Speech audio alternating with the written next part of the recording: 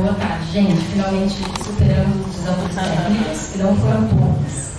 Quem sabe na próxima a gente faz um pouco mais de antecedência e começa exatamente no horário. Mas a gente não está tão atrasados. 15 minutinhos só. Bom, obrigada pela presença de vocês. Meu nome é Joana, eu sou professora visitante do Bacharelado em Ciências Econômicas, sou coordenadora do GEAL, Grupo de Estudos e Análise da América Latina Contemporânea, um trabalho que a gente tem desenvolvido com o professor Marinho desde o ano passado. A gente está começando a fazer eventos públicos sobre temas latino-americanos a partir de agora, então temos uma agenda com alguns eventos, o próximo daqui a 15 dias, no dia 26 de março, sobre as relações entre América Latina e China.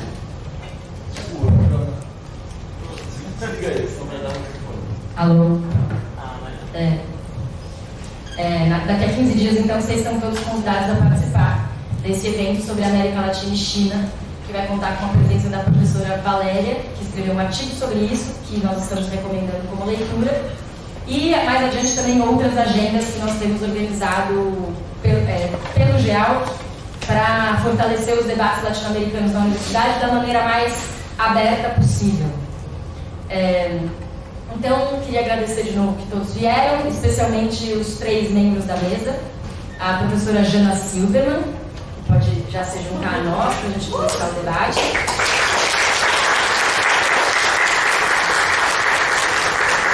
Professor Vitor Esquincariol.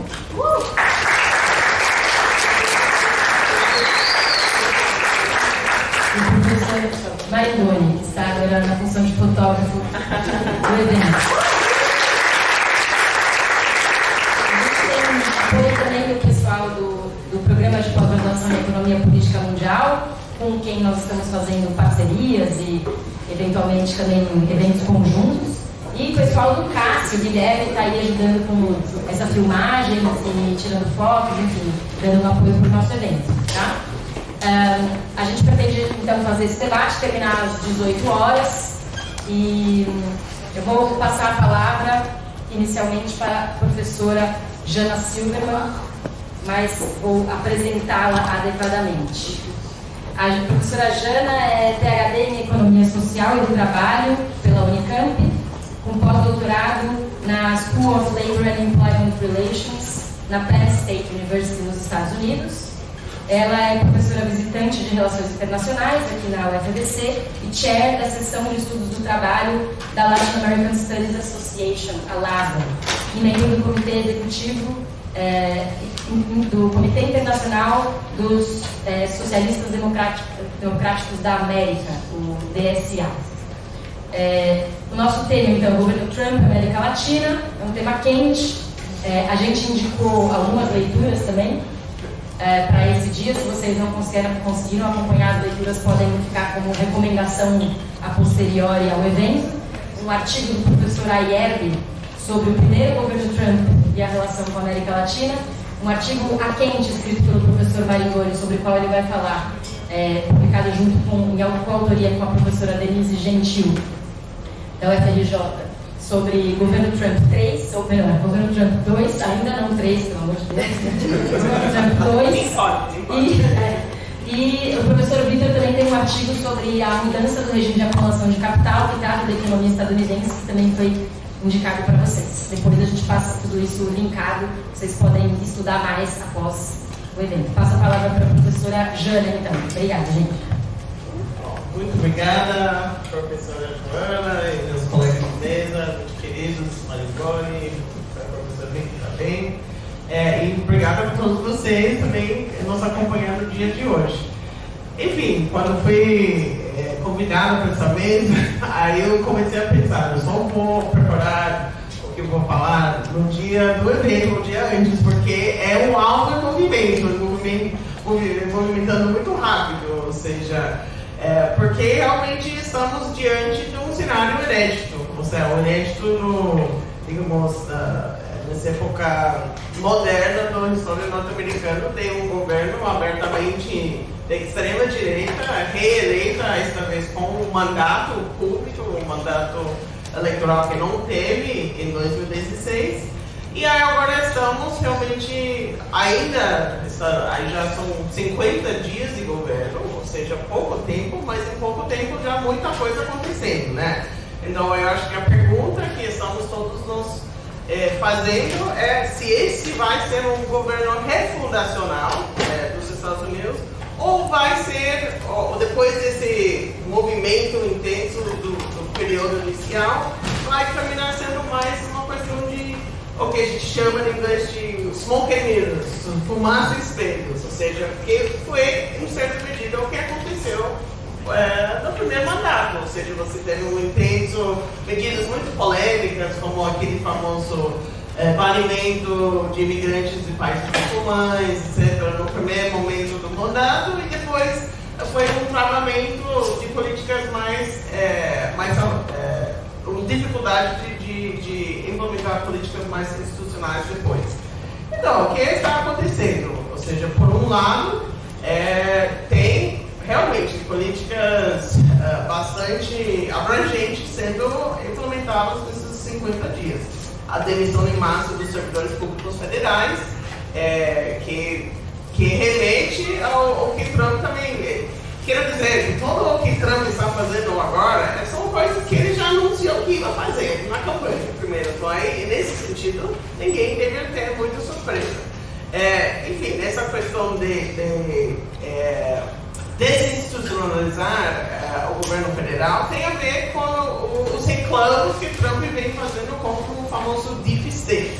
Ou seja, esses funcionários de carreira que efetivamente conseguiram bloquear várias medidas dele no primeiro mandato.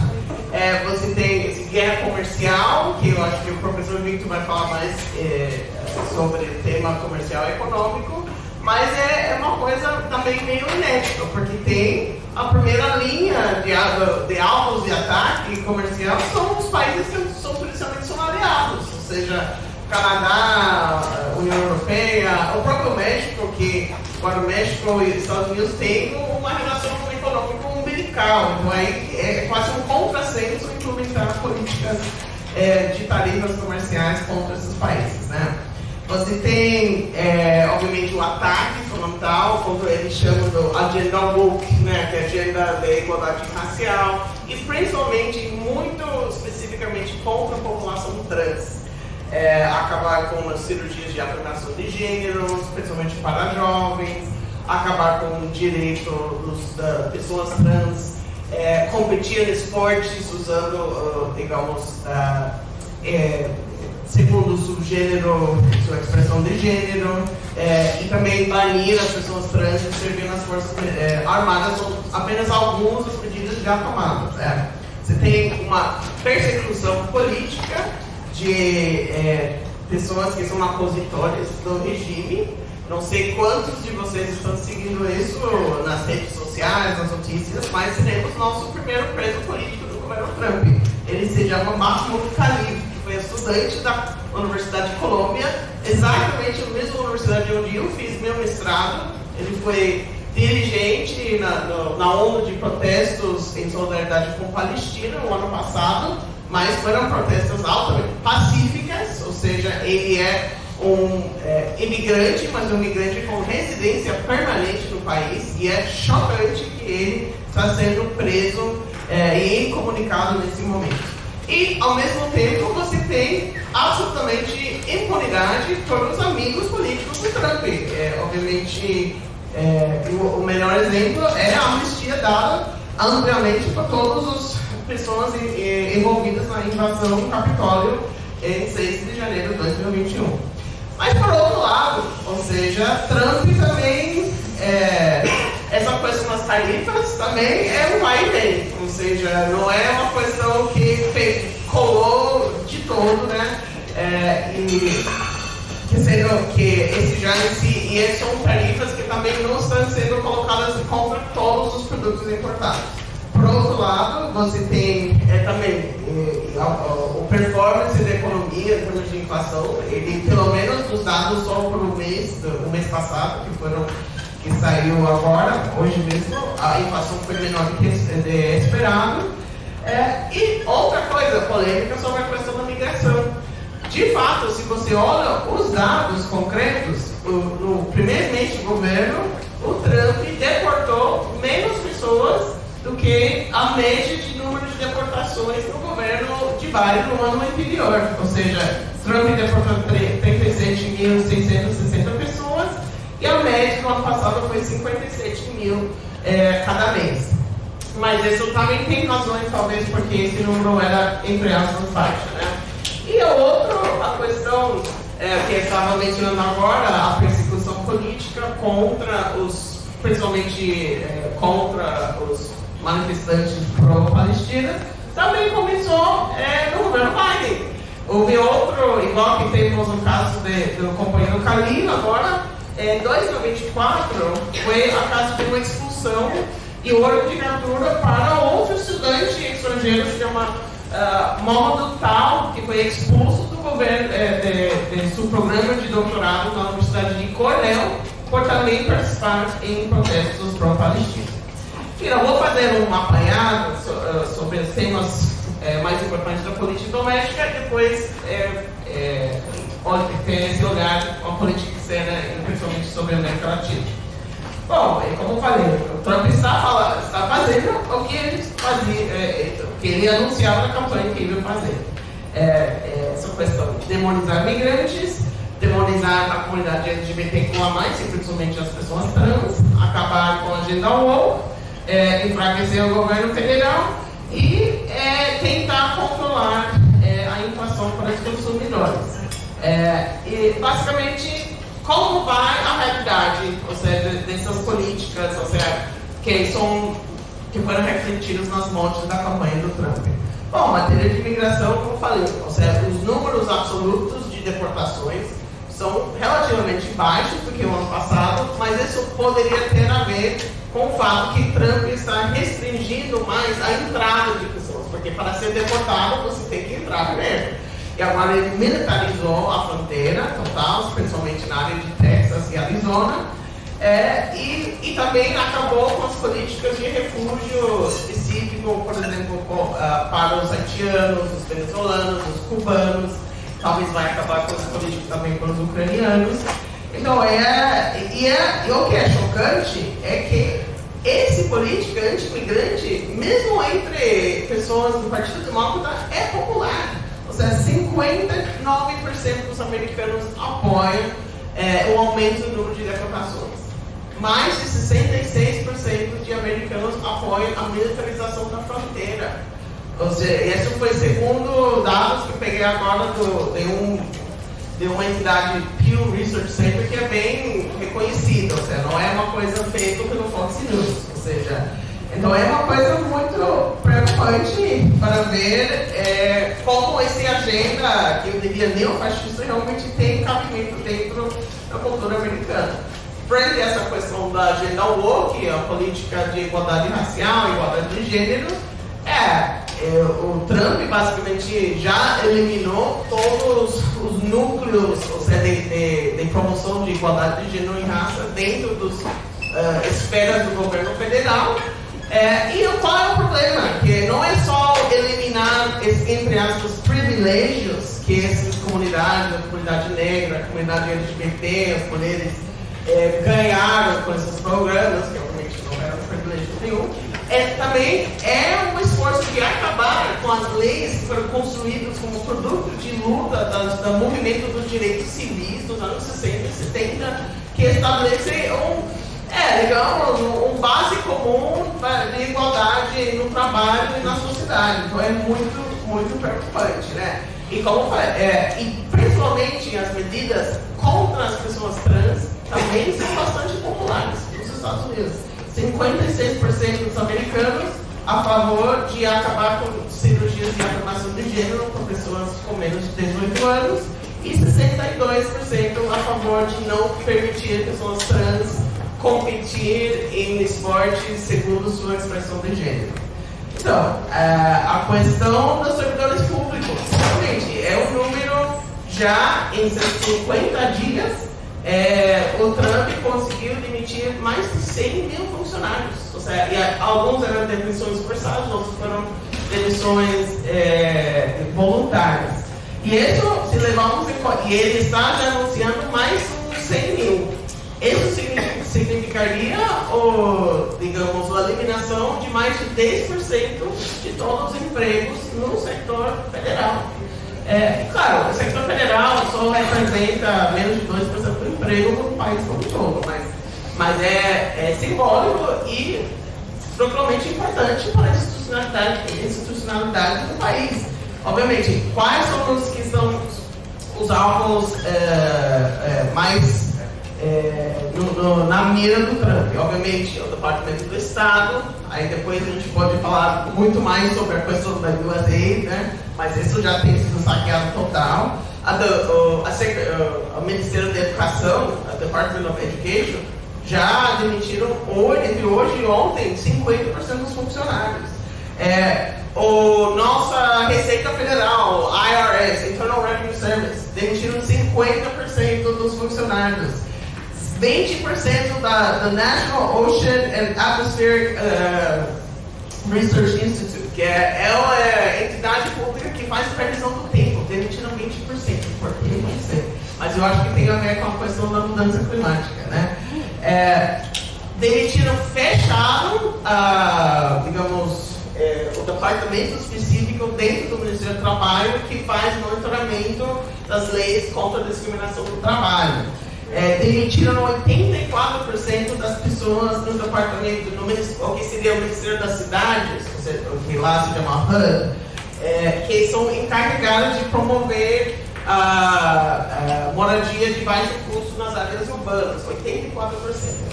E talvez mais, no sentido mais preocupante, Trump já demitiu 15% dos funcionários que seria o Departamento Nacional de Segurança Nuclear. Então, realmente, estamos fritos. E aí, o que significa tudo isso? Primeiro, nos Estados Unidos, tem muitas poucas leis trabalhistas que protegem os servidores públicos, tanto federais quanto municipais e estaduais. Então, aí é muito difícil que esses trabalhadores vão ganhar seu trabalho de volta, nem sequer têm direito à negociação coletiva protegida por lei.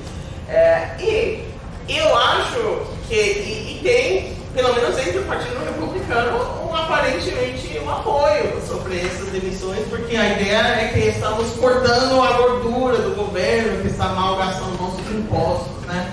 Mas no momento que esse tem impacto na capacidade de administrar dois programas sociais altamente populares, um que é a nossa Previdência Social, o Social Security, e o outro se chama Medicaid, que é o programa de seguro de saúde para pessoas idosas, seguro de saúde subsidiado. Se isso começa a impactar, eu acho que já vamos começar a ver mais reação contra o recorte desses programas. Eu não vou falar sobre economia, porque temos o professor Victor. Agora já pulando mais para a política externa. Também temos, nós que somos do BRI aqui, temos bastante interessantes, né? O que estamos vendo, obviamente a questão da USAID não é pouca coisa, é um colapso de um grande braço do soft power americano. Eu peguei agora lendo para preparar para essa palestra, né? Um cientista político bem conhecido nas relações internacionais, o Joseph Nye, falou: Trump é tão obcecado com o problema dos free riders, pensando nos europeus, né, que eles esqueceu de lembrar que está no grande interesse dos Estados Unidos de dirigir o ônibus global. Então aí, realmente, esse establishment da política externa, que trabalha tanto dentro como fora de Washington, está muito preocupado. Estamos vendo uma rejeição do multilateralismo, rejeição também desse intervencionismo progressista, que foi muito popular no governo Biden, personificado, por exemplo, por Samantha Power, que foi a embaixadora da ONU no governo Biden, né? Que também foi a grande ideia, a pessoa que construiu essa ideia do intervencionismo humanitário, né? Então, esse está fora, e parece que Trump está experimentando com a ideia de uma volta a uma política externa em base das grandes potências, né? Tipo, uma coisa pré-Primeira Guerra Mundial, né? Tipo, agora, em vez de Inglaterra, França e E a Alemanha agora é China, Estados Unidos e Rússia, né? Então, aí estamos vendo nisso, obviamente, uma rejeição, não é isolacionista, mas é uma rejeição muito clara de uma política liberal, ou seja, essa ideia de fazer uma política externa em base de interesses ou ideologias políticas comuns, né? Então, por isso estamos vendo que o alvo principal do Trump hoje em dia não é a Rússia, não é a Arábia Saudita, agora eles são grandes amigos. Os grandes inimigos são a Canadá e a União Europeia, né? E a Ucrânia, né? Então, estamos vendo um neocolonialismo, pelo menos em discurso. Aí vamos ver que vai dar na questão, na prática, com Groenlândia, que acabou de ter eleições e parece que ganhou um partido de centro-direita, mais um partido centro-direita contra o intervencionismo americano, claro. O Panamá, lembra esse discurso sobre o Panamá já está sendo comprado por chineses? Bom, a empresa chinesa que foi detentora da maioria das ações da empresa do canal do Panamá já vendeu suas ações por um BlackRock americano e você tem, obviamente, a questão do Canadá, bem nosso, talvez, futuro estado número 51, né? Então aí a gente vai ver. Será que o Trump está desenvolvendo um novo corolário à doutrina de Monroe, um corolário Trump, que em vez de intervenção preventiva militar, que praticou o Roosevelt, seria uma intervenção preventiva econômica e comercial. Então, vamos ver. E já para fechar na questão da América Latina, mais em particular, eu acho que na América Latina você tem que dividir em fatias, né? Aí tem, obviamente, o México, que é um caso próprio, você tem o Caribe e a América Central, que aí já o interesse é mais em torno, o Trump vê mais como receptor de imigrantes que foram deportados, né, do que qualquer outra coisa. Você tem os países que são o antigo eixo do mal, Cuba, Venezuela e Nicarágua, que vai ter uma política altamente punitiva, e você tem o América do Sul, o resto, principalmente os países como o Brasil, que não são grandes, digamos, não tem grandes números de imigrantes provenientes do Brasil, principalmente em relação, comparamos com a América Central ou o México, né? Então, eu acho que no caso da América do Sul, eu acho que o México é um caso que também realmente não dá para falar duas coisas, seria uma injustiça. Eu acho que a gente tem que entrar mais em detalhes sobre o caso mexicano, mas eu acho que vai ter uns embates muito fortes entre o Sheinbaum e o governo Trump, mas aí vamos ver, vai ser uma queda de braço e eu acho que a gente está aberto quem vai ganhar. E para a América do Sul, pensando no Brasil, com o Sul em particular, a grande pergunta, que também está aberta, porque tem sido apenas 50 dias, primeiro, se estamos distantes o suficiente, ou seja, com o comércio diversificado o suficiente, e com poucos migrantes o suficiente para ficar um pouco embaixo do radar do governo de Trump 2.0, né? E mesmo se conseguirmos ficar um pouco mais embaixo do radar, que seria uma coisa, obviamente, altamente positiva, sempre vai ter o governo Trump, no sentido ideológico, animando as tropas da extrema-direita aqui, tanto diretamente quanto indiretamente, pensando naquele processo judicial absurdo levado pelos americanos contra o Alexandre de Moraes, por exemplo. Então aí, eu acho que a grande pergunta também na aberta, quem vai ser o papel, obviamente, da China e, sobretudo, dos BRICS. Agora, com esse BRICS expandido, será que vai ter alguma coerência interna suficiente para não ser o polo contra-hegemônico contra os Estados Unidos? Ou por ter países como a Arábia Saudita e Egito dentro, não vai poder ter essa possibilidade. Já por último mesmo, só para falar um pouco como a resistência, ou talvez falta de resistência contra essa agenda Trump nos Estados Unidos. Bom, aí estamos vendo, em poucas palavras, o colapso total do Partido Democrata mainstream, ou seja, do centrista. Literalmente estão dizendo a melhor coisa que podemos fazer é ficar embaixo do radar, eles chamam de play dead, ou seja, fingir que estão mortos, porque estão parecendo mortos mesmo, né? Estão usando algumas estratégias jurídicas, ou seja, para tentar barrar as coisas mais absurdas, como a medida que o Trump queria propor de tirar, por exemplo, a cidadania das crianças, filhos de imigrantes nascidos nos Estados Unidos. Isso não vai rolar. Mas é uma estratégia muito passiva, muito passiva. E quando falamos de movimentos sociais, os Estados Unidos, com algumas exceções, não tem movimentos sociais orgânicos igual que temos no Brasil. Ou seja, temos ONGs de mulheres, temos ONGs da população negra, mas não é, digamos, uma força que poderia mobilizar uma resistência na rua.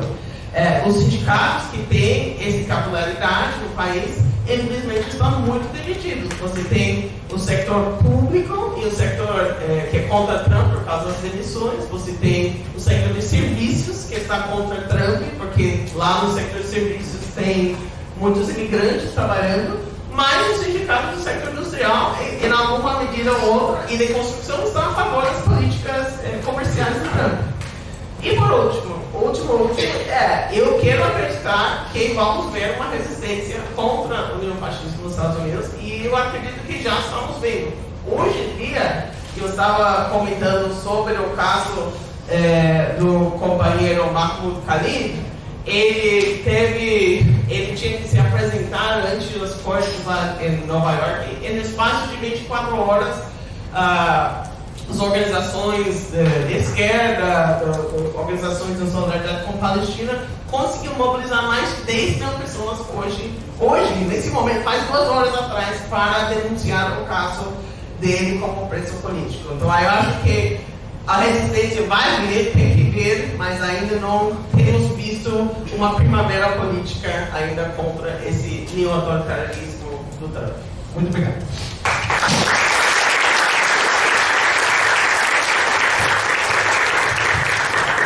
Muito obrigada, professora Jana. Queria só dar um recado que tem uma lista de presença do evento circulando, então, por favor, assinem para conseguir o certificado depois. Vou passar a palavra agora para o professor Vitor. Pode ser para você? Pode ser? Ele que é o chefe. O chefe vai por último. Aqui é a organização de Bom, o professor Vitor é professor do bacharelado em Ciências Econômicas e do BCH aqui na universidade. Foi coordenador do PPG de Economia Política Mundial e também dos Ciências Sociais Humanas, né, o PPG-CHS. Ele é pós-doutor pela Universidade de Londres, doutor em História Econômica pela USP. Ele é autor de diversos livros e artigos sobre história do pensamento econômico, economias latino-americanas e estadunidense, entre eles o livro Crescimento, Flutuações e Endividamento Externo na Economia dos Estados Unidos, 1980-2000, pela editora da UFDC, que corresponde à sua tese de doutorado. Então, passando mais a palavra para o Vitor fazer sua análise. Boa tarde, gente. Obrigado, Jana, pela introdução, pelo convite. Prazer estar aqui com vocês todos, todas e todos. Gente, é o seguinte, fazer uma análise, tentar fazer uma análise como uma pessoa que estuda economia política internacional que não é nacional. Quer dizer, tem um olhar também de fora sobre o que está acontecendo nos Estados Unidos. Vou dividir em 3 blocos, tá? A exposição. Primeiro, panorama geral da economia americana. Segundo, características do governo Trump. E terceiro, vou falar rapidamente do artigo que a Joana passou para vocês, a Joana Manicura, tá bom? Então, veja, eu acho que a questão que... Eu queria perguntar, daqui o som não está inteligível. Daí está inteligível? Perfeito?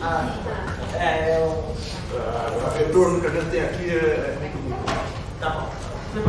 Continua? Tá. Gente, então eu acho o seguinte, porque vamos tentar entender o panorama econômico dos Estados Unidos, claro que em linhas gerais, né? Que, digamos, levou à eleição do Trump, e não só do Trump, mas das forças políticas que estão por trás do projeto dele. É claro que a economia americana, em termos formais, ela pode ser considerada uma economia desenvolvida. é muito rica, o PIB per capita é muito alto, ela tem grandes empresas que atuam no mundo inteiro, ela é muito rica em termos de recursos naturais, tem muitos grupos que estão na ponta do desenvolvimento tecnológico, blá blá blá blá blá, a gente já sabe tudo isso. Mas a economia americana também tem problemas que nós podemos definir, como uma vez a Joe Robson definiu, como de uma economia super subdesenvolvida. Eu acho que esses problemas são importantes na compreensão de por que o Trump foi eleito, né? Então, fazendo um panorama assim, muito geral, o que eu acho que é importante dizer sobre a economia americana nas últimas décadas e hoje isso permanece, né?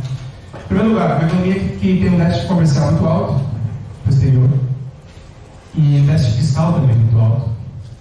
E esses déficits gêmeos, como se diz na teoria econômica, eles representam alguns problemas. O déficit comercial ele tem uma implicação muito grande sobre o nível de industrialização dos Estados Unidos, que se desindustrializou ao longo dos últimos anos, das décadas, em termos relativos do PIB. Uma outra característica da economia americana importante é o próprio endividamento externo deles, né? Uma parte do orçamento americano, federal, é tocado por dinheiro dos chineses, 20%, 25%. Isso também é um problema, né? Por várias razões que a gente pode discutir depois. Uma outra característica da economia americana é que ela exporta muito capital produtivo, vai deixando os Estados Unidos, vai instalando na China, no leste asiático, um pouco na Europa, um pouco na América Latina. Então ela perde também a indústria, né? Você tem um sistema muito aberto em termos econômicos e os custos americanos são muito altos em relação ao resto do mundo, né? Então isso é um problema também, porque você tem áreas desindustrializadas, com desemprego alto, né? Com desemprego estrutural. Você tem ressentimento na população trabalhadora. Isso explica também porque a população votou no Trump, porque está sabendo manipular esse sentimento contra o imigrante, né? Essa é uma outra característica importante. O que mais?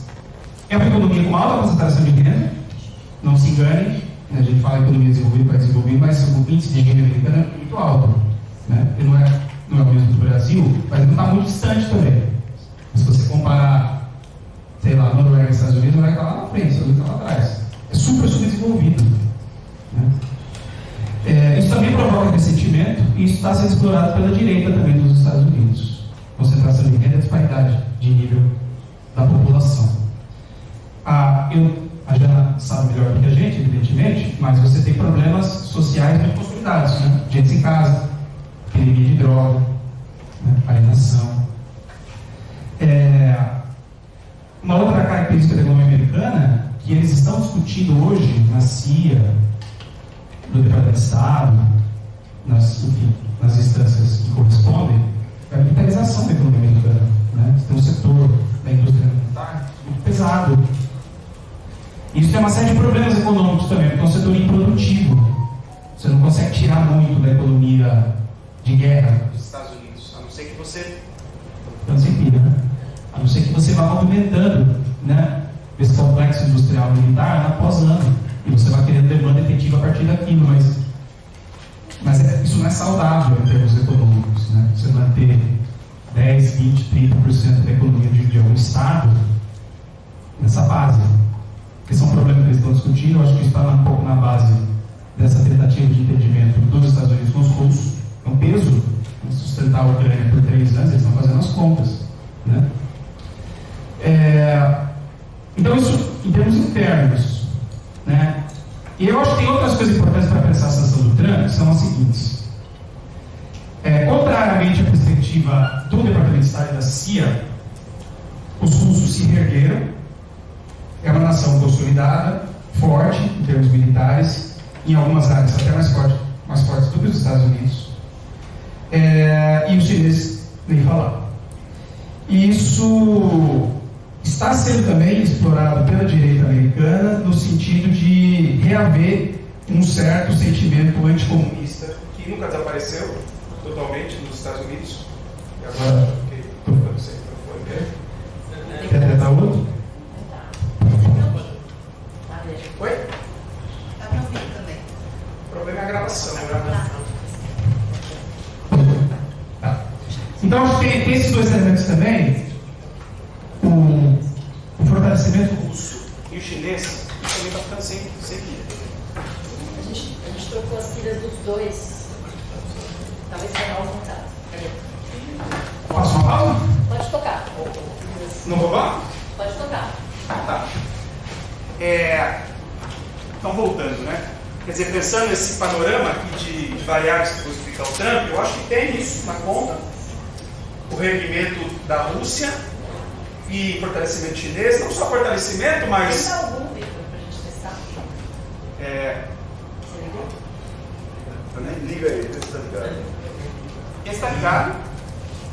Os dois estão ligados. Só os dois. Mas é bom. Super bom. Vocês acham que vai funcionar isso? Vai. Um só. Oi. Tá. É a última chance. Vou dar para o microfone. Fica paradinho aí. Paradinho? Tá. Então, gente, eu acho que essas são duas questões importantes. A participação das exportações chinesas nos Estados Unidos é muito alta, cresceu muito ao longo das últimas décadas, e o operário americano sente isso. Ele sente que a produção nacional está dando lugar à produção externa. Isso também é manipulado pelo governo Trump e pela direita americana no sentido subrepeticiamente racista. Quer dizer, agora o oriental faz melhor e mais do que a gente. Isso também cria ressentimento. A própria OTAN é um peso para os Estados Unidos. E o Trump está discutindo isso com o vice-presidente e os seus ministros. Eles têm consciência plena de que a Europa coloca muito pouco e eles estão fazendo as contas e estão se apresentando aos europeus no sentido de refazer essa conta, né? Isso é um custo para os Estados Unidos, a OTAN, né? Eu não sei se o autor que ela citou ele está completamente certo no sentido de que se essa ordem global ainda interessa aos Estados Unidos. É uma questão que a gente pode discutir depois. Mas, para fechar esse panorama assim, econômico, mas também geopolítico, os Estados Unidos colecionaram fracassos em termos militares ao longo dos últimos anos. Invasão do Iraque, mentirosa, desastrosa. Levou à guerra civil e a coisa não se resolveu bem. Os Estados Unidos não derrubaram o Irã, demoraram muito tempo para derrubar a Síria e só derrubaram porque os russos se retiraram. Não conseguiram derrubar a Venezuela, nem Cuba, nem a Coreia, e agora vão perder a guerra na Ucrânia. Essa é uma guerra proxy, não se engane, não é uma guerra Ucrânia-Rússia, essa é uma guerra OTAN, Estados Unidos contra a Rússia, e eles estão perdendo a guerra. Os russos consolidaram as posições, 20% do território sob o exército russo, e isso também está criando ressentimento, isso provocou a eleição do Trump também. São várias camadas, é uma coisa complexa, né? Não podemos fazer uma análise determinista. Então, passando aqui ao que nós aparentemente estamos percebendo que vai ser a política do Trump. Eu acho o seguinte, a política econômica deles é uma espécie de mescla seletiva de alguns componentes direitistas, conservadores, com elementos liberais e outros elementos de intervenção. É uma espécie de uma nova sopa ideológica. Ela não é só intervencionista, ou ela não é só protecionista. Então, ela é protecionista, por isso ela é antiglobalista, pelo menos tomada ao pé da letra, né? Eles aumentaram hoje as taxas sobre o aço. Brasil, Canadá, aparentemente eles estão cumprindo o que eles prometeram. Por que o protecionismo? Porque eles têm consciência da concorrência da produção global com as indústrias americanas. É uma consciência clara deles. Então tem esse elemento intervencionista que não é neoliberal. Isso é muito fora do tom do neoliberalismo. Então, formalmente eles são antiglobalistas, né? Essa ideologia identificada com o Partido Democrata, mais ou menos corretamente. Eles são anti-imigração, pelos motivos que a Jana e eu já comentamos, são anti-woke, então nesse sentido também não são liberais, não são globalistas, né? Como a Jana colocou, são anti-Estado, então eles querem reduzir o tamanho do Estado americano, do ponto de vista do número e agora, pelas declarações que o Vance deu, o vice-presidente, também pretendem implementar uma nova rodada de liberação financeira, provavelmente provocando uma nova crise financeira. Talvez seja esse o objetivo deles, criar uma nova crise financeira. Né? Isso é uma outra coisa interessante que a gente pode debater. Nesse aspecto, eles são liberais, eles são neoliberais. Por isso eu estou falando que é uma mescla de coisas. Né? O que eu acho que é mais interessante a gente debater, ou uma das coisas mais interessantes que não me fechou totalmente ainda, é porque eles estão empurrando o Zelensky para o cadafalso. Será que só pelo custo da guerra? Será que é porque eles querem forçar os alemães a colocarem dinheiro na OTAN? Será que eles querem, de fato, fazer um arranjo com a Rússia e elegeram a China como principal inimigo? E não está muito claro isso ainda, né? Eu acho que são essas três coisas que estão explicando porque os americanos... Aliás, eu acho que tem um quarto elemento, que é o fato de que eles perceberam que já foi. Então eles não querem mais se associar aos Zelensky, né? Então, são várias coisas que explicam por que eles estão desescalando na Ucrânia. Seja lá como for, eu acho assim, tem uma situação estrutural da economia americana, tem as razões que levam o governo Trump a ganhar, nós temos que entender isso racionalmente, friamente, objetivamente. As razões são essas, e a plataforma política deles é essa. As coisas têm um papel, né?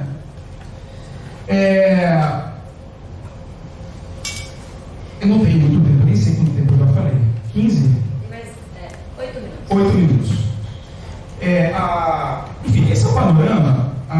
O Marigoni e a Joana passaram para vocês um artigo, que não é só meu, é um artigo que eu escrevi em coautoria com os professores daqui, o professor Gabriel, que está aqui presente também, que, digamos, puxa a discussão sobre a situação dos Estados Unidos no nível assim, mais teórico, passando da descrição da história e fazendo uma pergunta de nível mais teórico, que é a seguinte: os Estados Unidos hoje, ao longo dos últimos anos, estão entrando naquilo que a gente pode chamar de um novo regime de acumulação de capital? Isso está acontecendo? Por que é importante entender isso? Seria importante entender isso para que nós entendamos as razões estruturais que levam o governo Trump a ganhar a eleição, né?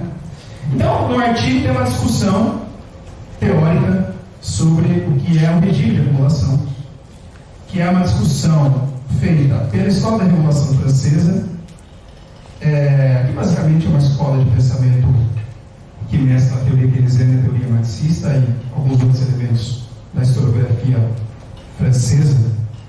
Mas, quer dizer, a pergunta que a gente faz é: o que é o regime de acumulação? O regime de acumulação é uma maneira pela qual a gente caracteriza a situação histórica de um determinado país.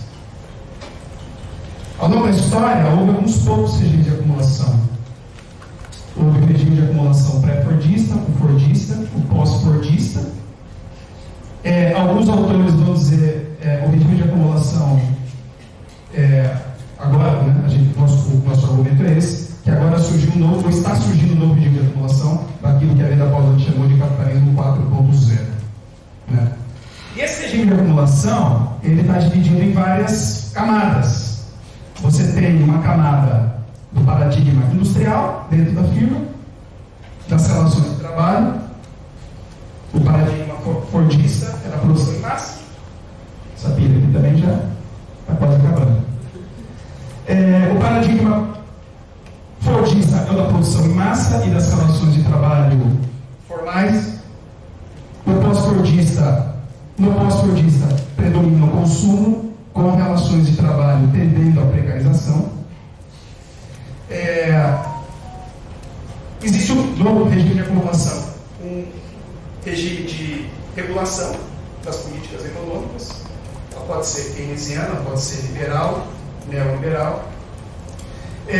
Existe um nível externo, né, da regulação das relações internacionais, padrão de taxas de câmbio, de protecionismo, liberalismo, etc. Quer dizer, o regime de acumulação, essa discussão que ele faz, é uma maneira de caracterizar uma determinada época ou uma determinada fase do capitalismo em algum país. E a pergunta que a gente faz é: estão os Estados Unidos entrando num novo regime de acumulação 4.0, que a Leda definiu como 4.0?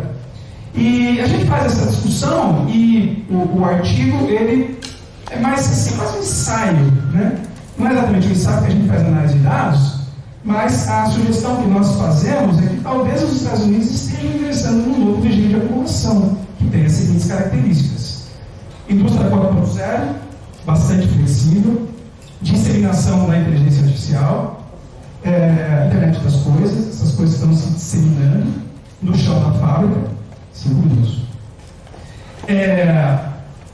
Então está sendo criado um novo paradigma industrial, eu acho que isso é mais ou menos claro, né?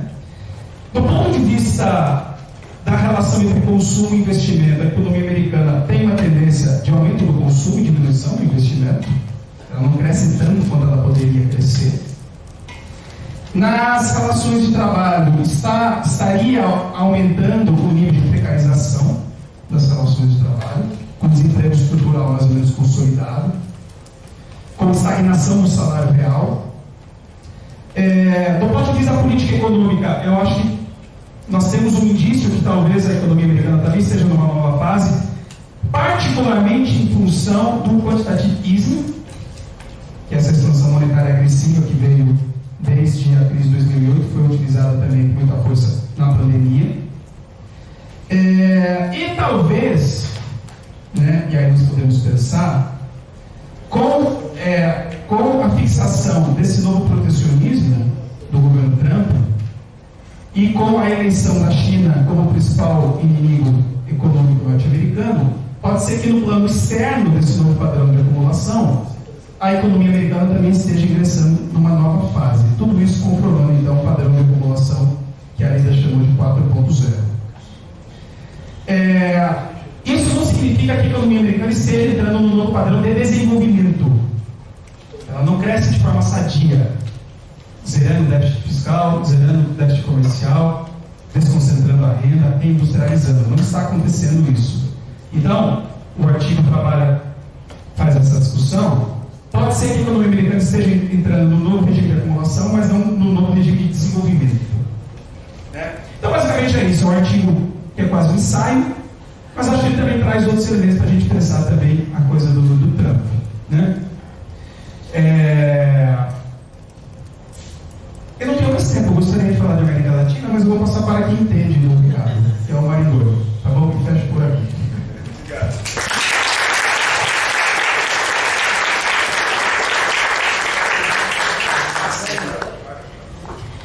Apresentar o Marinho também, né, gente? Bom, professor Maringoni, vou começar pelo mais importante, é coordenador do GEAL, professor do Bacharelado em Relações Internacionais, do DCH, também professor dos programas de pós-graduação em Economia Política Mundial e Ciências Humanas e Sociais, é doutor em História Social pela USP, autor de dezenas ou centenas, não sei bem, de livros e artigos sobre América Latina, geopolítica, política externa, história das relações internacionais. Com você. Eu vou primeiro cronometrar meu tempo aqui. Eu estou contando. Não, mas eu quero ver. 20. Gente, boa tarde a todas e todos. Eu fico muito feliz, imagino que a professora Joana também, com essa presença aqui na nossa segundo encontro do GEAL, mas é o primeiro evento amplo que a gente faz num debate central da conjuntura global e brasileira, que é o novo governo dos Estados Unidos. E é uma felicidade imensa contar aqui no nosso corpo docente da universidade com a professora Jana Silverman, que conhece essa história a quente, na pele, ao vivo. Então ela fala, a intervenção dela é brilhante por causa disso, quer dizer, além do conhecimento teórico, histórico, é um conhecimento vivido. E o professor Vitor deu um panorama que eu achei melhor que seu artigo. Eu li seu artigo aqui. Ele atualiza as questões que estão no artigo, que ficam mais vivas. As ênfases que ele deu aqui no debate melhoram o artigo dele. Dele, da Leda Paulani, do Gabriel também, né? Mas parabéns a vocês pelo artigo. E fico feliz está com a casa cheia. Dito isso, eu quero me apoiar nas duas intervenções para dizer o seguinte. Eu e a professora Denise Gentil, que é professora de macroeconomia da FRJ, nos divertimos no carnaval fazendo um artigo, que não é um artigo acadêmico, mas um artigo de divulgação imediata, sobre o que está em jogo nesses 50 dias do governo Trump. Porque se você olha, você bate o olho no que está acontecendo, o Trump fez um leque de iniciativas em várias áreas, internas, externas, econômicas, na questão, intervenções no Estado, na questão do funcionalismo público, o que foi falado aqui pela professora Jane, a questão da questão de gênero nas Forças Armadas, esse negócio de só existir dois sexos, homem e mulher, tentativa de propagar a tomada ou a compra da Groenlândia, a anexação do Canadá, a anexação do Canal do Panamá, a mudança do nome do Golfo do México, chutar a Europa para lá como se fosse uma coalizão que atrapalha a atuação internacional dos Estados Unidos e, surpreendentemente, acabar com a guerra na Ucrânia, mantendo todo o apoio a Israel no Oriente Médio. Isso para não falar em uma série de iniciativas menores, mas o que o Trump faz é confundir o jogo, é embaralhar o jogo. E a gente tentar determinar nesse labirinto de acontecimentos diários, de iniciativas e tal, qual é o veio principal, para onde ele quer ir, qual é o projeto. Só dizendo o seguinte, o que o Trump faz ao tomar posse e assinar dezenas e centenas de portarias, iniciativas, mudanças, prerrogativas, criação de órgãos, extinção de outros e tal, é algo que nas ciências da comunicação é conhecido desde o final dos anos 60 como dominar a agenda. É a teoria da agenda 7. Eu tenho que dominar a agenda para colocar os eventuais opositores, inimigos e até aliados em situação de choque. Daí que a Naomi Klein, em 2008, cunhou o termo doutrina do choque. Ele vem primeiro para chocar. Mas não é só chocar para me deixar paralisado. Ele, ao controlar a agenda, os temas que são importantes, ele se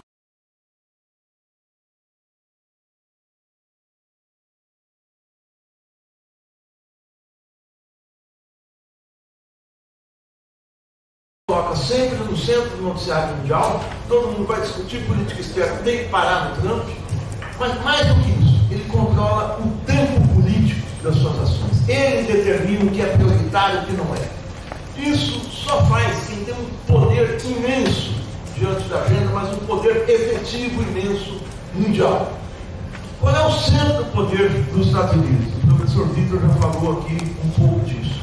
Os Estados Unidos não são um país, os Estados Unidos são um império.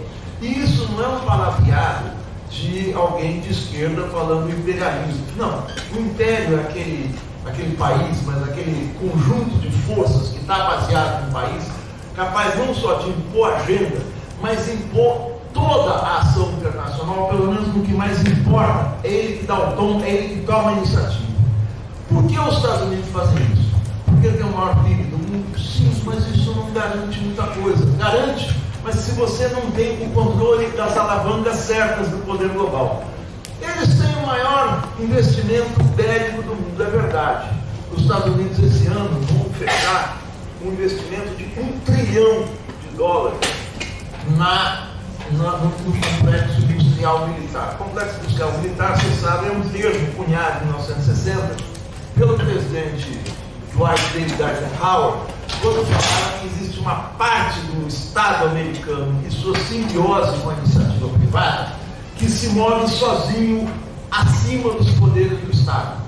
O complexo industrial militar que é principalmente centrado no Estado, mas é uma espécie, eu não vou chamar de caixa preta, porque é um caixotão preto, é uma área imensa, talvez seja dentro do aparato do Estado o maior demandante da indústria, ou seja, você tem encomendas na indústria constantes, tanto que o investimento no complexo industrial militar, que não tinha esse nome, no início da Segunda Guerra Mundial, foi fundamental para alavancar o efeito, as ações anticíclicas dos Estados Unidos ali em 1940, 11 anos depois da crise de 29, saírem finalmente da sua posição descendente.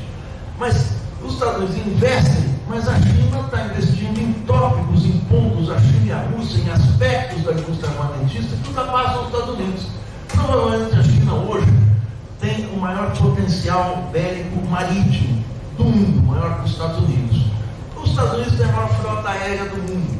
No entanto, o caso Sukhoi Su-35 passa muito o F-36 americano.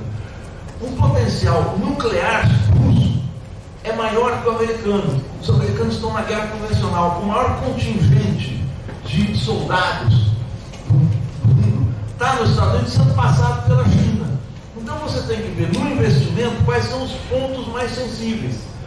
Os Estados Unidos dominam a tecnologia de drones. Isso mudou a tecnologia da guerra, mudou a tecnologia do combate aéreo. Não existe mais combate aéreo. Você não precisa mais de um avião tripulado. Você pode ter o Sukhoi Su-35. Mas se você tem uma tecnologia de drone mais avançada, você consegue dominar a guerra pelos ares.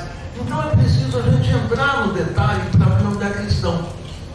A Rússia tem mísseis hipersônicos que os Estados Unidos não têm. Então, no poderio militar, não existe equilíbrio, mas existe uma competição entre três atores muito poderosos no mundo, embora eles tenham o maior orçamento, que é 70% do orçamento da OTAN. Eles têm a indústria cultural, eles têm o poder político, eles têm, na paridade do poder de compra, a China passa os Estados Unidos. Mas onde é que o poder do império é exercido na sua inteireza? É exercido na economia do dólar. O fato deles dominarem a moeda, a liquidez internacional, o dinheiro que qualquer país do mundo gasta, comercializa, acumula, faz reservas, faz deles o que a Inglaterra tinha no século XIX numa escala muito menor. Controla a emissão, controla a taxa de juros, controla a economia mundial. E é isso que está em pauta hoje. Não que esteja em pauta o perigo do dólar encontrar um competidor, mas a guerra na Ucrânia, que foi um gigantesco, eu vou usar uma palavra, o título que é mais elegante que eu uso, proxy war. É uma proxy war, uma guerra por procuração. Mas foi uma gigantesca pisada, botar de pé na jaca dos Estados Unidos em termos bélicos internacionais. Por quê? Porque o cerco econômico, financeiro, comercial, a Rússia redundou não na falência. Enquanto os Estados Unidos fazem cerco, a Cuba, a Venezuela, ao Irã é fácil. Agora você faz com um país que tem um PIB semelhante ao brasileiro, com essas características bélicas que eu faço, o tiro sai pela culatra. Eles explodem os gasodutos Nord Stream 1 e 2, só que a Rússia vai vender petróleo para a China, para a Índia, que vão revender para a Turquia, que vai revender o petróleo e o gás para a Europa. E faz com que a economia alemã tenha que comprar gás de verdade que depois dos Estados Unidos, muito mais caro. Cria uma crise energética. Eles criaram uma crise energética global, a ação americana na Rússia. Por isso que eu tive um gigantesco pé na jaca, desculpa a expressão popularesca, porque foi um tiro pela culatra, porque forçou a Rússia a entrar num regime de substituição de importações, a tentar voltar a fabricar internamente o que importava. No setor de serviços, isso foi uma razia, né? Você ia no mercado mundo, o mercado fica em frente do Kremlin, eu estive lá antes da guerra, é McDonald's, Dolce & Gabbana, as grandes marcas europeias e tal. Dizem que se você vai lá hoje, são lojas chinesas de ponta assim, de última moda, e as lanchonetes McDonald's, Kentucky Fried Chicken e tal, são todas russas. Então eles fizeram o tiro pela culatra. E isso colocou o governo Biden diante de uma sinuca. Quer dizer, a guerra, a ação internacional principal, seguida pela aliança com o Estado sionista em Gaza, se mostrou em Gaza um desgaste brutal.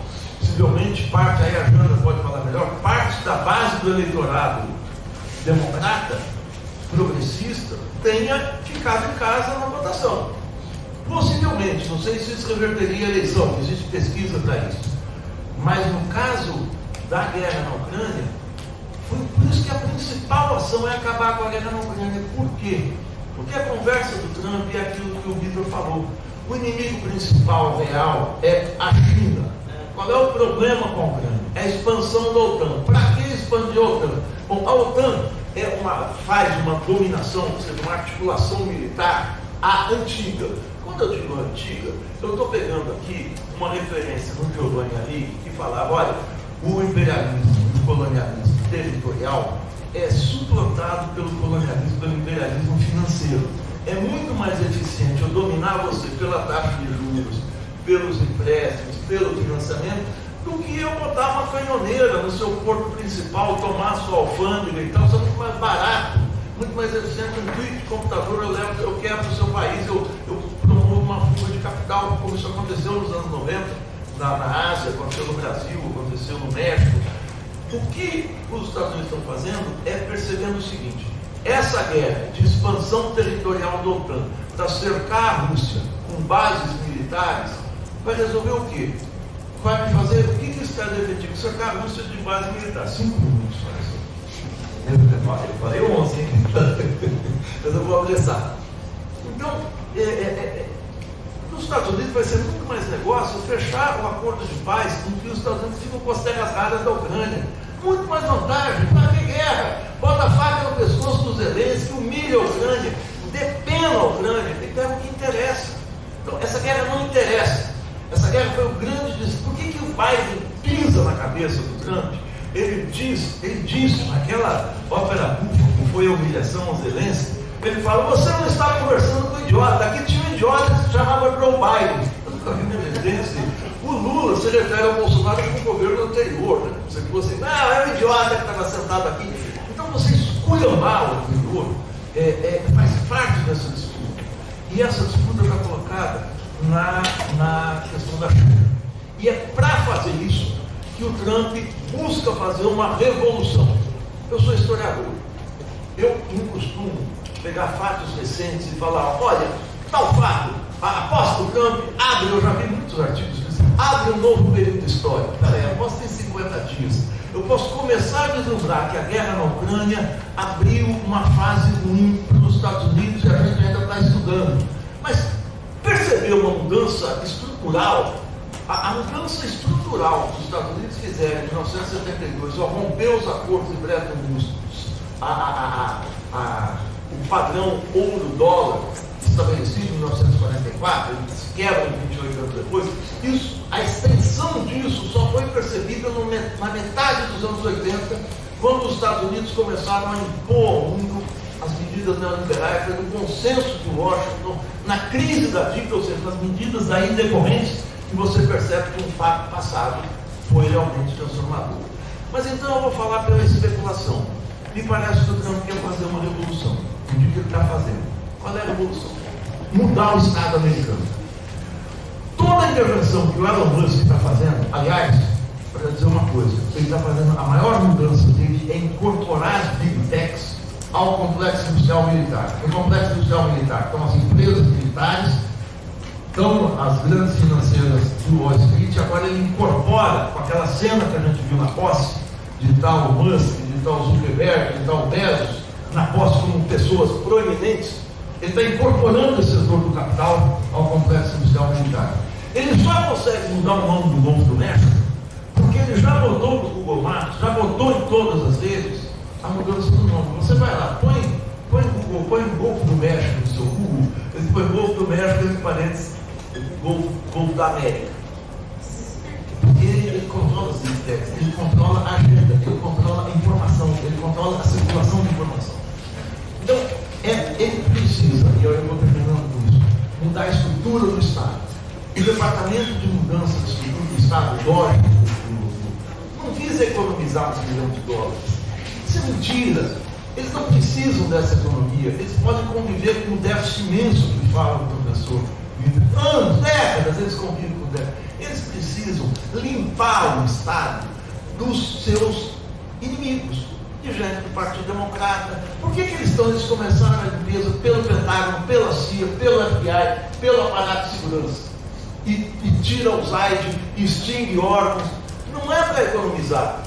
Os Estados Unidos não precisam disso. Embora tenha corrupção, tenha desperdício e tal, mas é especialmente para fazer um Estado seletivo. Acaba com o Estado republicano. Eu quero um Estado que possa decidir rapidamente qualquer ação. Eu preciso ter um Estado como Estado mutatis mutandis, né?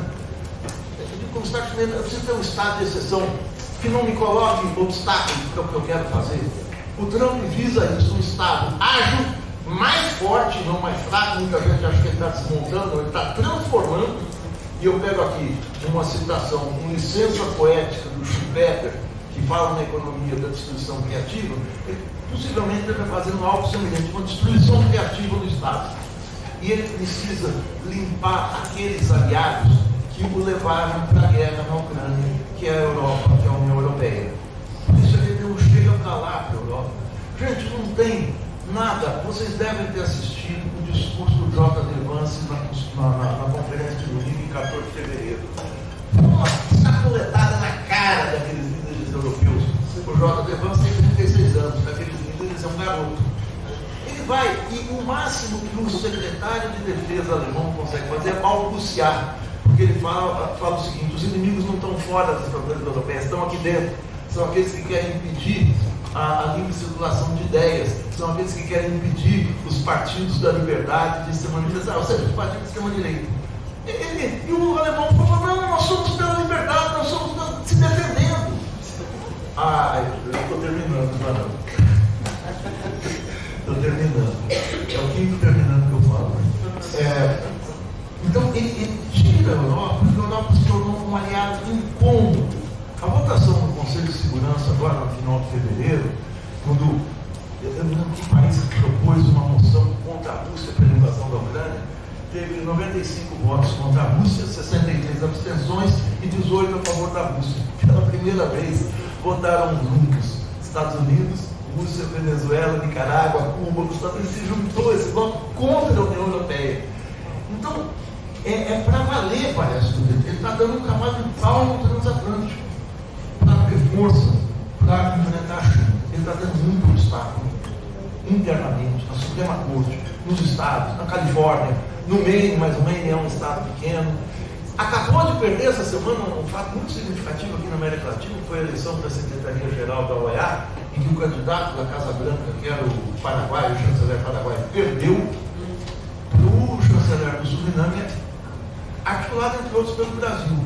Então é o seguinte: qual é o roteiro? O roteiro é enfrentar a China. Isso já está colocado nos memorandos, na Estratégia de Segurança Nacional, não vou ler aqui, mas coloquei no artigo, de 2018, quando lá, no primeiro governo do Trump, ele já elege a China no inimigo principal, que é separar a China da Rússia.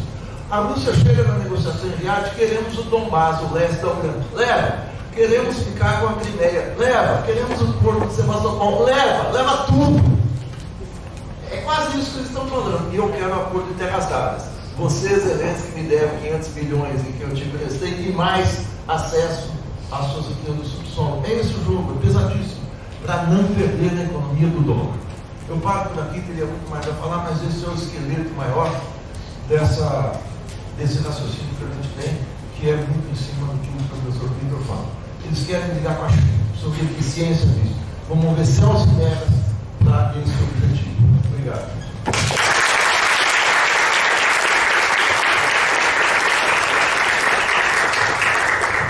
Bom, gente, agora a gente vai passar por uma rodada de perguntas, mas antes eu mesmo queria falar um informe, que é desde ontem, o Gealc tem uma conta no Instagram, então sigam-nos, gealc.fbc, acho que ele já tem uns 80 seguidores, Gealc.fbc, para a gente poder divulgar. Na verdade, mais do que seguidores, né, a gente acha que é importante registrar um pouco o que a gente está fazendo e ter uma certa memória, digamos. Isso é uma coisa. Outra coisa é que, enquanto eles falavam, eu fui sempre pensando imageticamente em alguns filmes, né? Eu queria dar a dica de 3 filmes, vocês podem anotar caso não tenham visto. Eu acho que ilustra muito bem esses argumentos que os professores aqui indicaram. E, bom, eles podem continuar indicando outros, mas eu tenho 3 em mente que são muito bons. O primeiro e mais óbvio é o famoso Capitalismo e História de Amor, do Michael Moore, de 2009. Não é um filme novo, mas é um filme que registra a desindustrialização dos Estados Unidos. Um pouco isso que o Victor falou, e que é bem aquele estilo Michael Moore de cinema, bem, digamos, não é sensacionalista a palavra, né, mas é um tipo de cinema bem, com uma comunicação direta, assim, né, sem meandros. Um outro filme Nesse filme que o Michael Moore circula uma faixa de cena do crime ao redor de Wall Street, né? E fala, calma, aqui aconteceu uma cena do crime, vocês não podem entrar, e faz todo um cinema de intervenção. O segundo filme é o Indústria Americana, que tem 2 diretores e foi de produção do Barack e Michelle Obama. Indústria Americana retrata muito bem essa questão do regime de acumulação na comparação dos Estados Unidos e China. Se trata justamente de uma fábrica sucateada nos Estados Unidos, que é comprada e modernizada pela China, e a China exporta também todo o staff de primeiro e segundo escalão da gerência da fábrica. Então, para entender as dinâmicas do mundo do trabalho, em termos de cultura do mundo do trabalho, chinesa e americana, começam a acontecer uma série de conflitos entre essa gerência chinesa e essa classe trabalhadora empobrecida americana.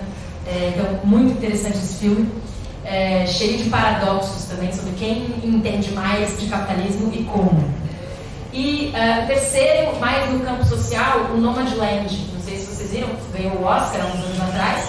É um filme sobre a pobreza nos Estados Unidos, especialmente a pobreza na fase mais entre idosos, né, entre pessoas que gastaram todo o seu tempo de vida trabalhando com a promessa do sonho americano e no final da vida encontraram nada mais do que dívidas, uma aposentadoria de miséria e nenhuma casa, né? E daí são essas pessoas que encontram o modo de vida em furgões, né, nas franjas do sistema para tentar sobreviver. É um filme muito incrível, que acho que até mereceu o Oscar. Eu li o livro, que tem o mesmo nome, é de uma autora, uma socióloga americana que fez uma pesquisa de campo, então é toda uma pesquisa bem fundamentada que dá origem ao filme. Dito isso, eu queria primeiro fazer uma pergunta, apenas, e daí passar a palavra para vocês, tá bom? Então anotem aí. Ótimo. Bom, a minha pergunta é bem simples e direta sobre o Trump e a América Latina. Acho que tem 2 coisas que têm chamado a atenção do governo Trump em relação à América Latina, mais diretamente. Primeiro é a coisa da deportação em massa e da soberania. A Jana falou um pouco sobre isso. Deu certo com a Colômbia, e, enfim, humilhação na volta entre os deputados brasileiros, algema, enfim, uma série de escândalos. E o segundo ponto são as tarifas, e a minha pergunta é sobre as tarifas. Em que medida esse aumento das tarifas em relação a produtos latino-americanos não produz alguns efeitos econômicos adversos para o projeto Trump?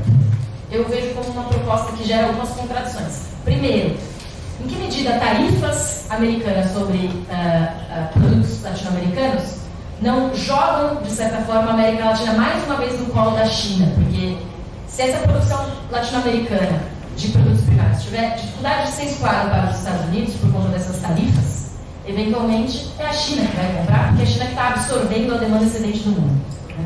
Ou seja, contraditório com o que vocês estavam comentando desse inimigo principal. Um outro ponto, em que medida isso não desmonta a cadeia produtiva dos Estados Unidos, prejudicando alguns empresários americanos que estão em outros países? Porque as tarifas valem não porque a empresa produziu algo que tem um selo nacional, mas porque foi produzido num território, mesmo que a empresa seja de outro país. E a gente sabe que a economia estadunidense e mexicana é totalmente traspassada. Tem muitas empresas americanas que atravessaram a fronteira do México, aproveitam os diferenciais de salários mais baixos do México e conseguem exportar os seus produtos para uma zona de livre comércio e aproveitar o mercado americano. Então, em que medida isso não também desestrutura essa cadeia produtiva em que empresas americanas já estão instaladas em alguns países latino-americanos e, nesse sentido, não é ruim para uma certa fração de classe burguesa dos Estados Unidos? E também, o óbvio, em que medida essa política não gera inflação. É um problema, né? Dito isso, eu queria só problematizar pensando em frações de classe, né? Qual a fração de classe que o Trump representa? Porque está claro que a política econômica dele não é benéfica para todas as frações de classe da burguesia estadunidense, né? Por exemplo, nesse caso que eu mencionei, empresas estadunidenses vão ser afetadas pelo tarifaço do Trump quando estão em outros países e eventualmente vão ter que se deslocar, vão ter que gastar com isso. Então, em termos de fração de classe, qual é a fração de classe? Porque acho que isso ajuda a gente a entender essa coisa da sopa ideológica que você falou, nova sopa ideológica que o Vitor falou, né? Qual é o fundamento de interesses que está por trás dessas políticas? Claro que não necessariamente é uma fração só, mas em que medida uma fração está suplantando outra? Porque eu acho que quando ocorre uma mudança de regime de acumulação, também ocorre uma mudança de fração de classe dominante dentro das classes dominantes do capitalismo. Né? Então, qual fração de classe está perdendo para qual fração dentro da classe dominante? Vocês sabem? Será que sabem? Uma agenda de pesquisa. Né? Pronto, agora eu queria saber quem quer falar e a gente vai passar a palavra. Como a gente está gravando, eu peço por gentileza que fale no microfone ou, se melhor ainda, podem vir aqui na frente. Posso falar agora ou você quer deixar? Não, posso deixar no Não, o pessoal. Canário, pode. Daí para não cair no fio. Oi, pessoal. Eu achei assim, muito boa também acho que você falou que as questões não deram estudo de fato e não de aparentemente resultado. Eu acho que é precipitado, de fato, você tomar como uma virada histórica certas questões como o artigo de Vitor coloca como um novo modelo de acumulação. Acho que o que é bom na extrema-direita é que a extrema-direita é bom, né? Assim, um aspecto da extrema-direita é que eles não jogam por trás das cortinas, eles jogam para frente das cortinas. O que Trump está fazendo, eu acho, é o seguinte: essa história de multilateralismo é balela. O meu negócio é manter a posição dos Estados Unidos como potência hegemônica e hoje no embate com a China, dando isso o resto. Por isso existe a aproximação com a Rússia, por isso acabar com a guerra da Ucrânia, por isso essas questões que Marigoni levantou de colocar na mesa e falar: olha, o que eu quero é isso, e se a Rússia quiser levar 30% do território da Ucrânia, que leve. Isso não vai fazer falta para os Estados Unidos nem para o mundo. E o que está diante disso daí, para mim, do meu ponto de vista, é o velho e bom capitalismo funcionando em sua fase imperialista. Há uma guerra de posições imperialistas, uma guerra no sentido amplo da palavra, não uma guerra militar, por enquanto, mas pode acabar nela, entre as posições dos Estados Unidos manter suas posições imperialistas com uma potência imperialista nascente que é a China. Ah, não, a China não é a China socialista, a China isso, a China é aquilo. Na realidade, a China está buscando de formas diferentes, né? De formas talvez não tão militarizadas, a hegemonia em algum aspecto do mundo. E a China não tem também, eu acho, pouco interesse nesse negócio em acabar com o dólar no curto prazo, porque a China tem um caminhão imenso, um dos maiores caminhões do mundo de dólar dentro de casa. Se você pega e rompe com a hegemonia do dólar, o que a China faz com esse dinheiro todo? A China tem uma conta de capital fechada.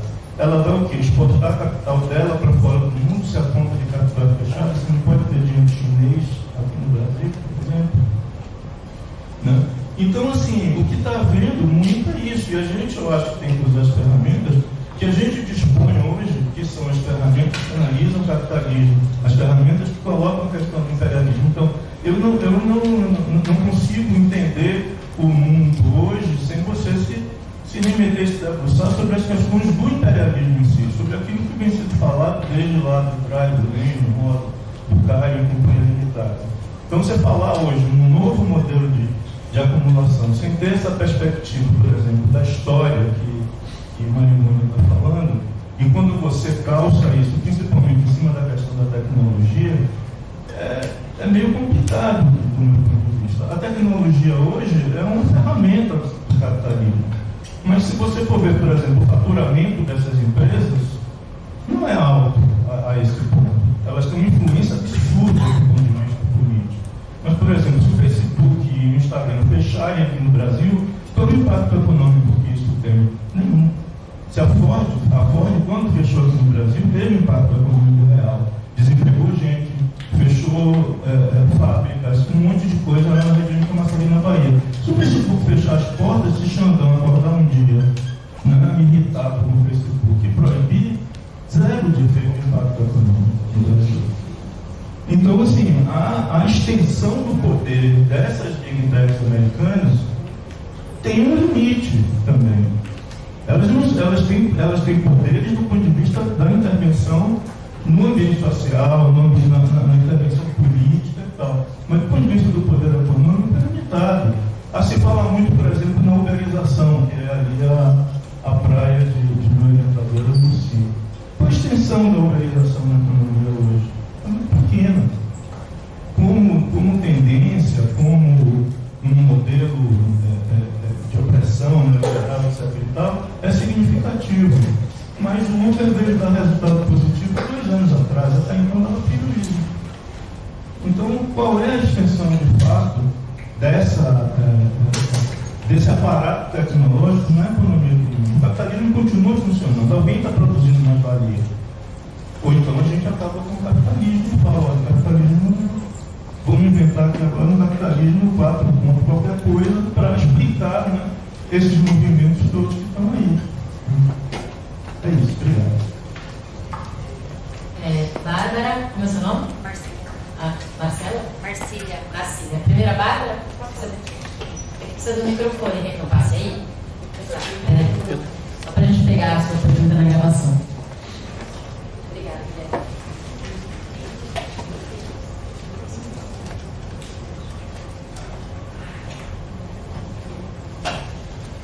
Obrigada por participar. Tá. A minha pergunta... Fala seu nome. Meu nome é Bárbara. Minha pergunta é para o professor assim, Carioca, porque eu anotei, do jeito que eu entendi, que talvez exista esse objetivo de instaurar uma crise financeira. Vamos um pouquinho mais alto, por favor. Oi, dá para escutar? Sim. Tá. E eu acho que uma frase que eu achei muito interessante foi que os Estados Unidos participam de um novo modelo de acumulação, mas não de um novo modelo de desenvolvimento. E eu queria saber mais sobre essa relação e que por causa da questão de tempo, acho que teve, não pôde ser tão comentado as consequências e relações para a América Latina. Obrigada. Pode passar para a Marcília, que está aqui. Valeu. Obrigada. Bem, meu nome é Marcília. Eu tenho uma pergunta também, acho que está relacionada com as várias coisas que foram colocadas aqui, principalmente com relação à questão da desindustrialização dos Estados Unidos e entender como que essa desindustrialização opera lá, porque aqui no Brasil, acho que a própria professora Fernanda Gentil, né, fala sobre como a financiarização compensa a desindustrialização, né? Hoje em dia não compensa mais investir numa indústria, porque o sistema financeiro faz com que os capitalistas brasileiros consigam ganhar dinheiro de maneira não produtiva, né? De maneira só de reinvestir no capital. Por outro lado, aqui no Brasil, essa desindustrialização é compensada pelo agronegócio, né? Então a gente tem esse tipo de escoamento que movimenta a nossa economia por fora do sistema financeiro, então a gente ainda tem essa parte produtiva que é muito importante para a nossa economia, no caso do agronegócio.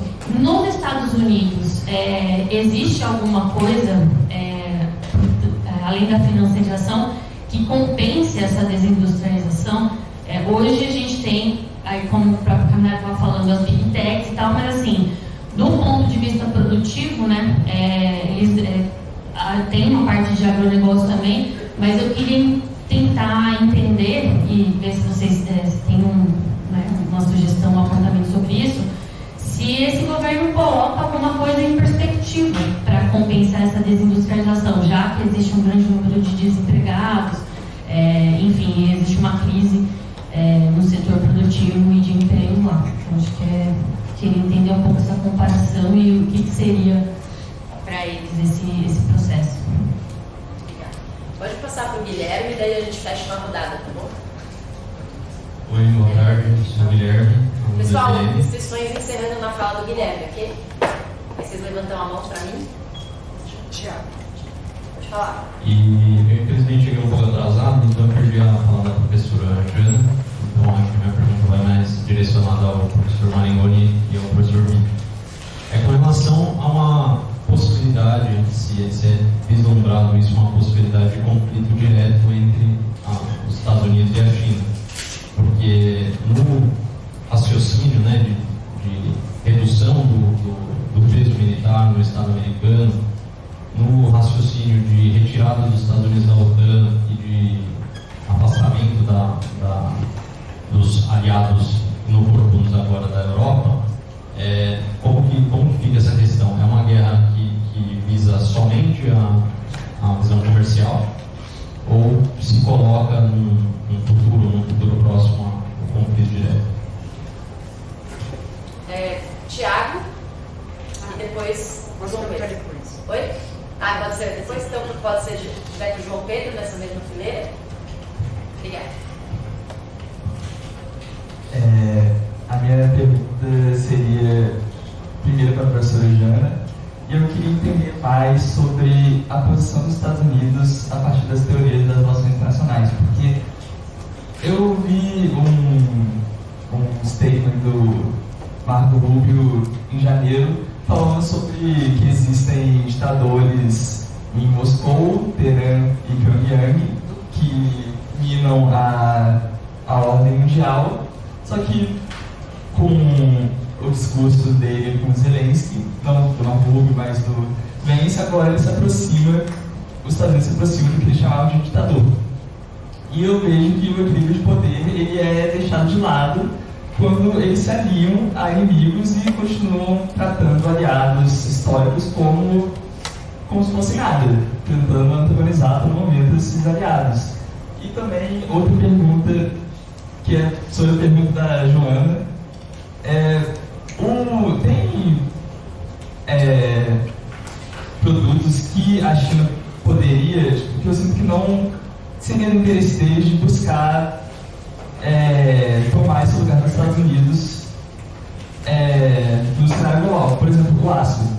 A maioria da exportação de aço do Brasil é para os Estados Unidos, cerca de 50%. E eu fico pensando na minha cidade, eu sou de Volta Redonda. Então a CSN meio que assim, se ela perder a renda, a cidade acaba. Então como que alguém poderia suprir essa demanda? Porque eu não imagino que a China faria esse papel.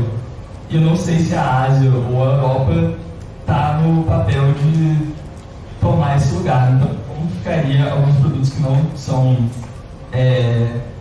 commodities alimentares, que a China importa mais, como seria produtos industriais?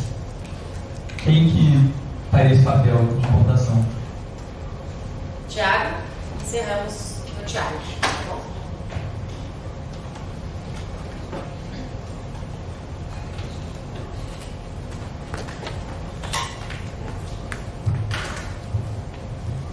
Boa tarde. Eu queria direcionar a professora Vitor, que eu acho interessante o dito do objetivo do plano parecer uma nova crise financeira de dar uma nova era do capitalismo, que pode ser mais oligopolista, visto a ascensão do nazifascismo, pelos motivos que ele destacou, como uma crise climática e o descontentamento da população em vários setores em si. E gostaria de saber um pouquinho mais sobre essa relação. E para o professor Marangoni, dito o seu artigo é muito bom, ele também ecoa uma pergunta para mim. A política brasileira ela possui uma ambiguidade política em que a frente ampla dela acaba sendo quase como a política mesmo estadunidense, democratas e republicanos, sendo muito neoliberal, porém é mascarada como progressista. E aí, então, qual seria o papel do Brasil no BRICS? Pois temos diante, por exemplo, aqui uma notícia que o governo,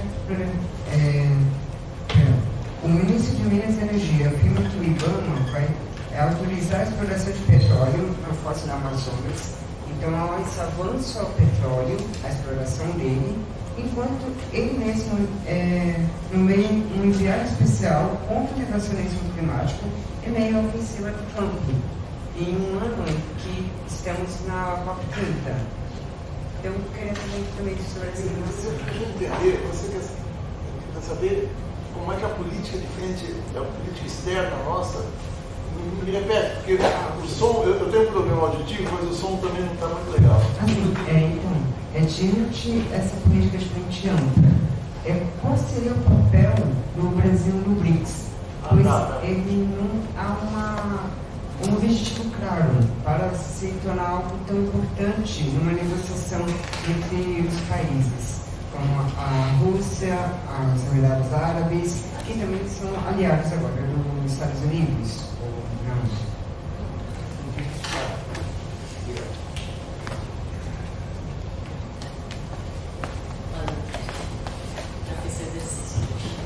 Bom, vou passar a palavra agora para os professores responderem. Não vou dar 5 minutos, porque seria sacanagem. Vou dar 7 minutos, a gente passa um pouquinho das 6 e fecha o debate, tá bom? Então, 7 minutos para você, te aviso quando faltar 2. Bom, talvez vai ser mais fácil para mim, porque a maioria das perguntas foram para os meus outros 2 colegas de vez, mas tudo bem. Mas eu vou, bom, aí já que a Joana entrou com recomendações de filmes, aí sobre esse tema da desindustrialização, do impacto social e cultural, minha recomendação é de uma música da Bruce Springsteen, se chama Youngstown. É uma música também um pouco mais antiga, acho que foi de 96, 97, do disco que se chama Ghost of Tom Joad. E é sobre uma cidade em Ohio que se chama Youngstown, que foi totalmente desindustrializada depois de ter gerações de americanos trabalhando lá e vivendo o sonho americano, né? Então aí eu digo, Youngstown, Bruce Springsteen. Enfim, eu acho que vou começar mais com as perguntas da Joana, né? Mesmo, a questão das tarifas, ou seja, que tipo de efeitos adversos poderia dar, ou seja, para os Estados Unidos, ou seja, que tipo de tiro na culatra verdadeiramente. Eu acho que, por mim, quando a gente fala das tarifas contra o México, ou fala de tarifas contra, por exemplo, o Chile, a América Central, aí isso me remete a todo o esforço político, econômico, etc., que os Estados Unidos faziam nos anos 90, 2000, de negociar e assinar acordos de livre comércio com todos os países. E aí, colocar essas tarifas unilaterais estavam rasgando esses tratados, né? E aí, também, é quase um contrassenso, porque eram tratados negociados totalmente por benefício dos Estados Unidos. Então, eu acho que é difícil dizer qual é, digamos, o jogo no longo prazo com relação a essa questão das tarifas e rasgar tratados de livre comércio que já eram altamente beneficiosos para as empresas norte-americanas. A única coisa que eu poderia pensar, pensando nas frações dominantes da classe, frações dominantes lá nos Estados Unidos, é a fração financeira, ou seja, vamos anunciar tarifas, especular em cima disso e depois mudar a tarifa. Aí isso obviamente amigos próximos do Trump, talvez na sua própria família deveria estar beneficiando dessa forma de especulação. Quem não está beneficiando, entre muitas pessoas, obviamente são os pequenos investidores, ou seja, as pessoas, os norte-americanos que têm dinheiros investidos, que seria como uma previdência privada, etc. Então, eu acho que é uma grande pergunta, e obviamente, desde a perspectiva da América Latina, isso claramente vai jogar países como o Brasil ainda mais no colo da China, né? E a questão que também eu achei até mais interessante ainda, a pergunta sobre quem fração de classe o Trump defende e representa, né? E são várias, né? São várias. Eu acho que são tantas, num certo sentido, que isso poderia até ser um tipo de bonapartismo, ou seja, dentro, digamos, do espectro do capitalismo norte-americano. Claro que tem alguns que vão ser mais favorecidos do que outros. Obviamente, o capitalismo industrial ligado a indústrias básicas vão beneficiar. O capitalismo financeiro, sem falar, né? Bom, ele sempre beneficia, né? Não importa quem está no poder. Capitalismo, digamos, em base da especulação imobiliária. O Trump é o mundo do Trump. Obviamente vai beneficiar. O capitalismo do complexo militar industrial, ou seja, vai seguir beneficiando. Por mais que talvez o Trump vai parar de financiar a guerra na Ucrânia, já deu acho que foram 5 ou 6 bilhões de armas a mais já da Israel, né? Então, aí são várias, e ele já agora abraçou os Big Techs, que é a nova fração da classe dominante entrando na sala. Aí já, então eu acho que ele poderia ter esse papel de ser um nexo entre todas essas facções que têm interesses diversos, mas no final querem ver America Great Again, né? E para sempre. Quem vai ficar no coluna dos perdedores, aí não são especificamente frações da classe dominante, mas são grupos ou atores sociais que sempre trabalhavam ou trabalham para o benefício de certas determinadas frações. E isso quem são? Os intelectuais, são as grandes mídias de comunicação, ou seja, como o New York Times, etc. Enfim, nós somos os famosos globalistas, né, ou classe filantrópica, etc. Então, eu acho que ou seja, sem tentar ser chocante demais, né, você tem essa possibilidade de Trump ter um papel um pouco bonapartista, ou ele poderia ser um Pol Pot, ou seja, eliminando os intelectuais, pelo menos no discurso, né. E, enfim, eu acho que isso, eu acho que ainda é muito cedo tentar caracterizar ainda como é a política externa do Trump, porque, enfim, são 50 dias. Obviamente, o que estamos vendo é o neorrealismo, ou seja, o liberalismo e o construtivismo mais clássico já saiu da janela já faz tempo, ou seja, quando se abandono da União Europeia, etc.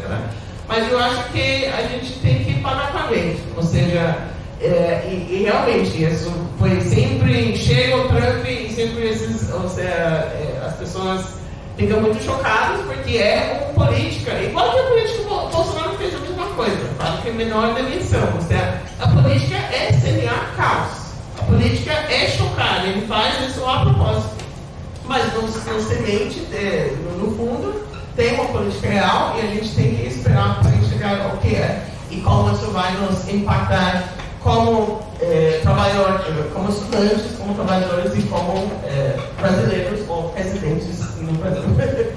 Obrigado.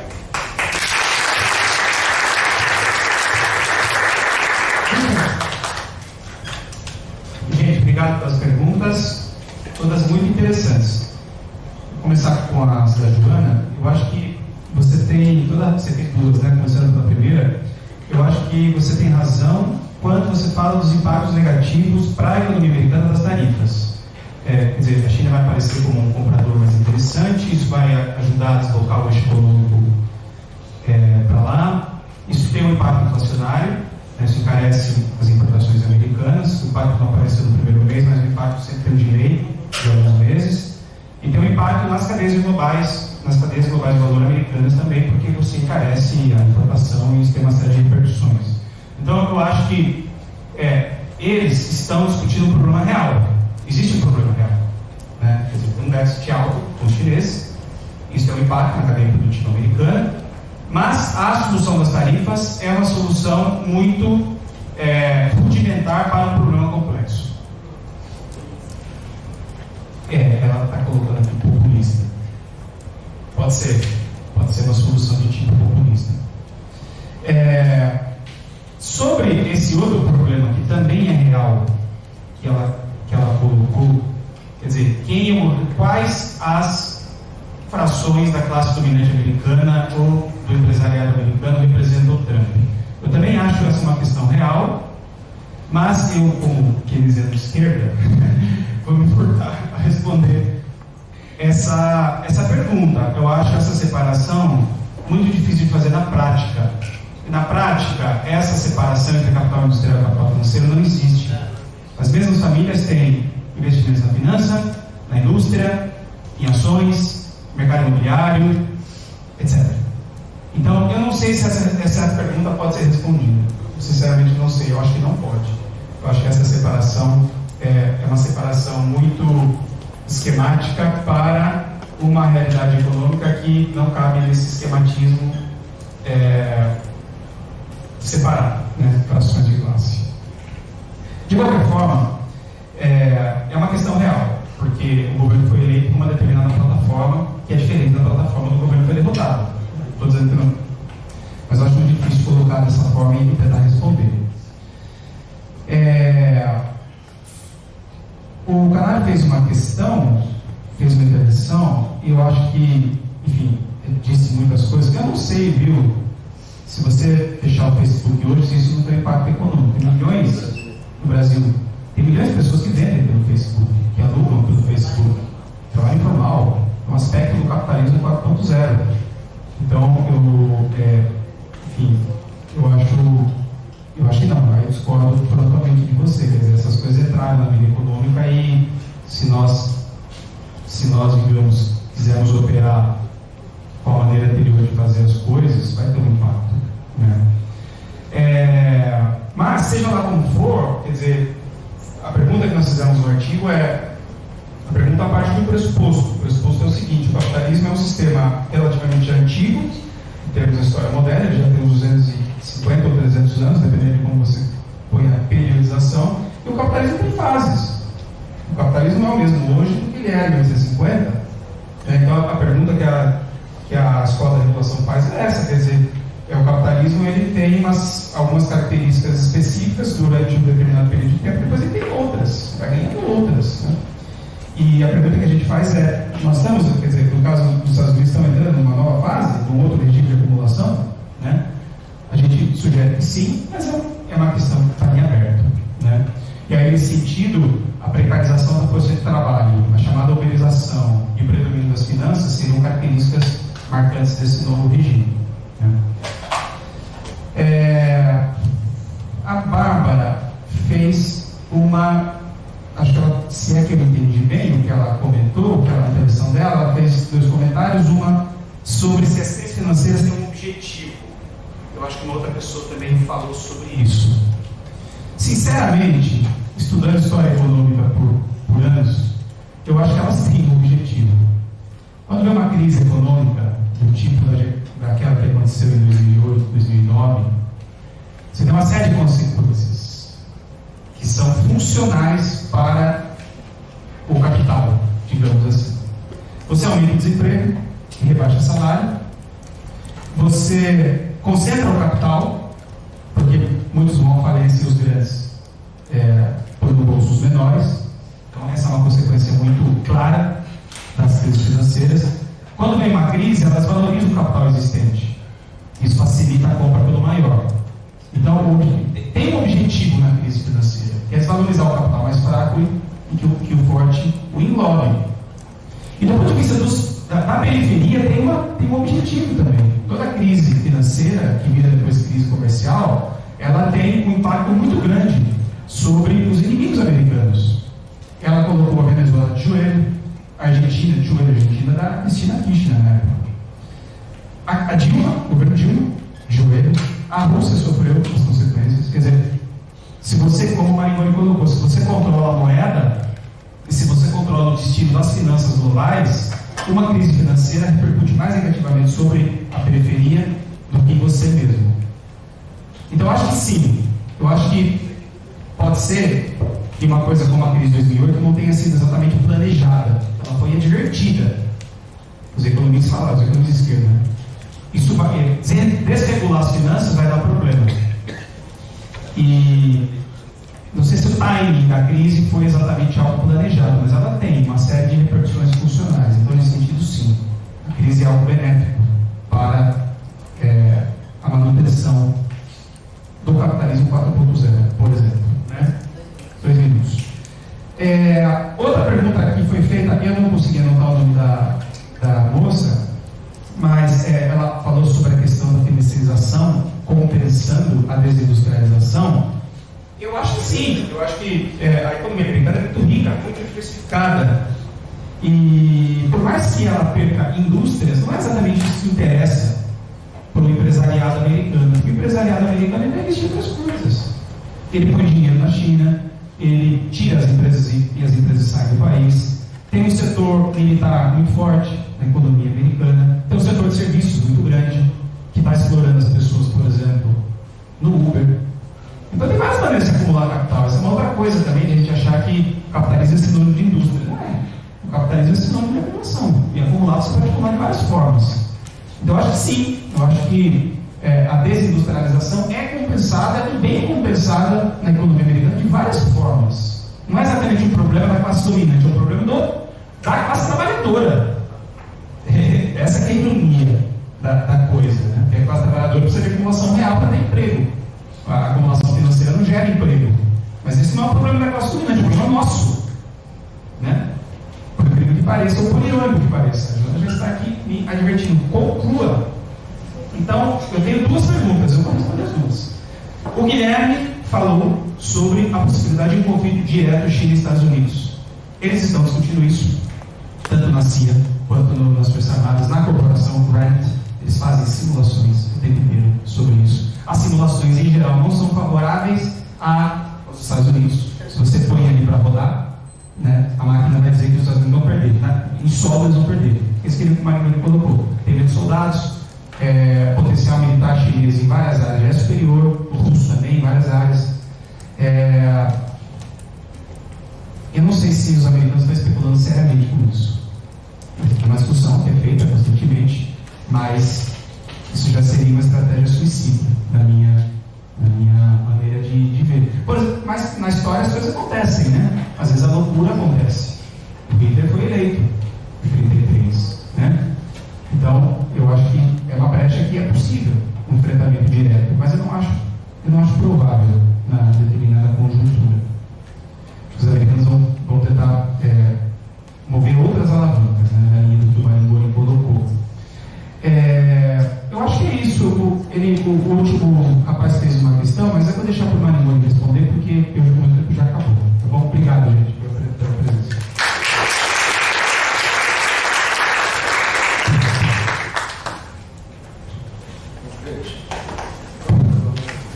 Bom, gente, eu vou tentar ser rápido também, sintético, me enquadrar em 7 minutos. Eu quero primeiro pegar a questão da professora Joana, e aí eu vou discordar do meu amigo e companheiro Vitor, que depois eu vou pegar lá na saída, mas eu não vou pegar ninguém nessa. Ainda mais você que tem R$2. Mas você falou que a solução das tarifas é rudimentar. Eu tenho sérias dúvidas se é rudimentar. Eu acho ao contrário, que ela é sofisticada. É sofisticada no seguinte sentido: o que os Estados Unidos estão querendo, quem os Estados Unidos estão querendo atingir com as tarifas? Qual é o objetivo? Primeiro é o seguinte, lembrar que os Estados Unidos, para se industrializarem, da independência americana até depois da Guerra Civil, os Estados Unidos tiveram uma participação mínima no comércio mundial. Eles cuidaram de ampliar o seu mercado interno, até quase a Primeira Guerra Mundial. A gente pega aquele texto que é clássico dos cursos de economia, que é o curso do Edmond Hamilton, do Alexander Hamilton, que é a lei do direito da importação, é um relatório que ele faz para o Congresso, em que ele estabelece uma política tarifária rígida para os Estados Unidos, e essa tarifa rígida é para coibir a importação predatória das máquinas têxteis da Grã-Bretanha, que tinha inventado o tear mecânico. Então, para impedir a importação de tecidos britânicos que vinham a um preço mais barato, abaixo do custo de produção nos Estados Unidos. O Trump recupera uma memória protecionista dos Estados Unidos, ele não vai reproduzir o que é, mas primeiro tem um aspecto simbólico, histórico muito grande. O segundo é que essa tarifa de importação, ela tem um aspecto seletivo e um aspecto geral. O aspecto seletivo é o seguinte: os países que ele primeiro levantou a taxa não foi a China, foi o Canadá e o México. Tarifas de 25%, depois a China de 10%. E no segundo momento ele aumentou para 25% na China. Qual é o problema com o Canadá e com o México? Atingir as empresas canadenses? Não, atingir as empresas americanas automobilísticas, em especial automobilísticas, que montaram maquiladoras no norte do México, em Sonora e tal. Veja um gráfico que saiu ontem no Valor. A maior importação do México dos Estados Unidos é chassi de caminhão. E são empresas, as empresas que eu tinha citado aqui, a GM, a Ford e a Stellantis, que é a Chrysler. Pedaços dela estão no Canadá. Ele quer repatriar essas empresas para atender o seu eleitorado operário, ou devolver os empregos. Secundariamente, ele está fazendo com a China. Aí é uma questão política. E terciariamente, ele levantou tarifas de aço para o mundo inteiro em 25%. Não tem não tem uma tarifa punitiva direta ao Brasil. Ele está tentando fazer com que os Estados Unidos voltem a ser uma potência do aço. Por quê? Tem um sinal dado ano passado, quando a US Steel quase foi comprada por um conglomerado financeiro japonês. A US Steel é a empresa que fabricou os trilhos da Marcha do Oeste em 1840 a 1860 nos Estados Unidos. Ela é o símbolo da industrialização, da ocupação do território, e é uma empresa que está fora do mercado, uma empresa secundária, semi-sucateada. O Biden não deixou vender. O Trump quer recuperar a empresa do aço nos Estados Unidos. Claro que isso não se faz de uma hora para outra. Pode elevar a inflação interna. Até haver repatriamento, se houver repatriamento das empresas automobilísticas, os custos, elas foram para o México e para o Canadá, porque o custo de mão de obra, o custo de energia, o custo de imposto territorial, de uma série de taxas são mais baratos além da fronteira do que dentro dos Estados Unidos. Se ele repatria, vai ter aumento de custo. Tendo aumento de custo, isso vai ser repassado para o consumidor, vai ter inflação. O que o Fed vai fazer? Aumentar a taxa de juros. Quando o Fed aumenta as taxas de juros, o efeito muda. O que ele está fazendo? Ele está valorizando o dólar no mercado internacional. Ele torna o país, aí sim, propenso a...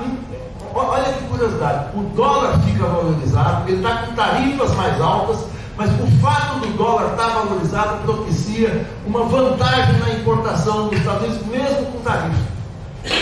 Ao fazer isso, ele retoma o potencial, o poder do dólar como atrativo para especulador, para investimento internacional, ou seja, ele torna os papéis da dívida americana, os títulos americanos, mais atraentes. Então, é um mecanismo sofisticado. Ele está fazendo uma aposta que a valorização do dólar vai compensar a inflação interna, porque ele vai ficar propenso a importar, não vai mudar a importação, só que essa importação vem com tarifas. Ou seja, não é possível que ele dê um tiro na água, que a elevação da inflação seja muito forte no início e anterior à valorização do dólar. Mas existe... Concluo, estou convicto. Não, 5h18, calma lá, marquei aqui, são 7 minutos. Então deixa eu responder o que é. São 6h10, não são 5h18. Não, 5h25 é o cronômetro. Só Guilherme, eu vou te falar uma coisa, eu não vou poder... Olha, eu aposto e ganho o que você quiser, que não vai ter guerra alguma entre grandes potências. Desde o último tiro que Napoleão, desde a saída do Napoleão da Rússia, quando ele perde a Batalha de Borodino, na beira de Moscou, isso está narrado no Guerra e Paz, é o final do Guerra e Paz, quando o exército napoleão se retira da Rússia. Você quer saber quantos enfrentamentos entre grandes potências a gente teve? Teve um no século XIX, foi a Guerra Franco-Prussiana, entre a França e a Prússia. Houve a Guerra da Crimeia, os 3 exércitos, mas era uma guerra da Crimeia, era quase próximo, mas era uma guerra do bem. Os exércitos do Império Austro-Húngaro, o exército russo e o exército alemão estavam lá, mas o germânico, o exército prussiano. Fora isso, não mais. Depois foi a Primeira Guerra Mundial, e depois foi a Segunda, e nunca mais as potências entraram em guerra. Por quê? Não, guerra entre elas, invadir território americano, território, vamos fazer uma guerra com o Japão. A Ucrânia, como o professor Vitor, você não estava aqui, o professor Vitor falou, foi guerra proxy. É outra coisa. Então não tem.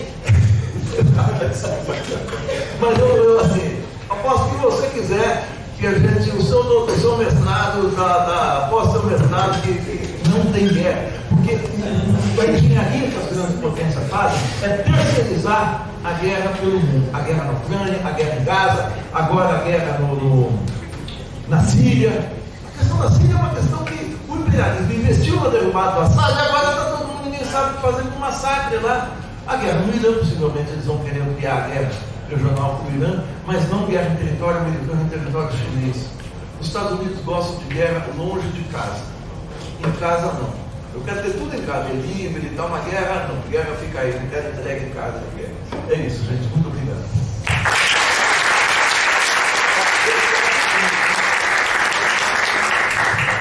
Controla o próprio tempo para a mesa não nem algum segundo.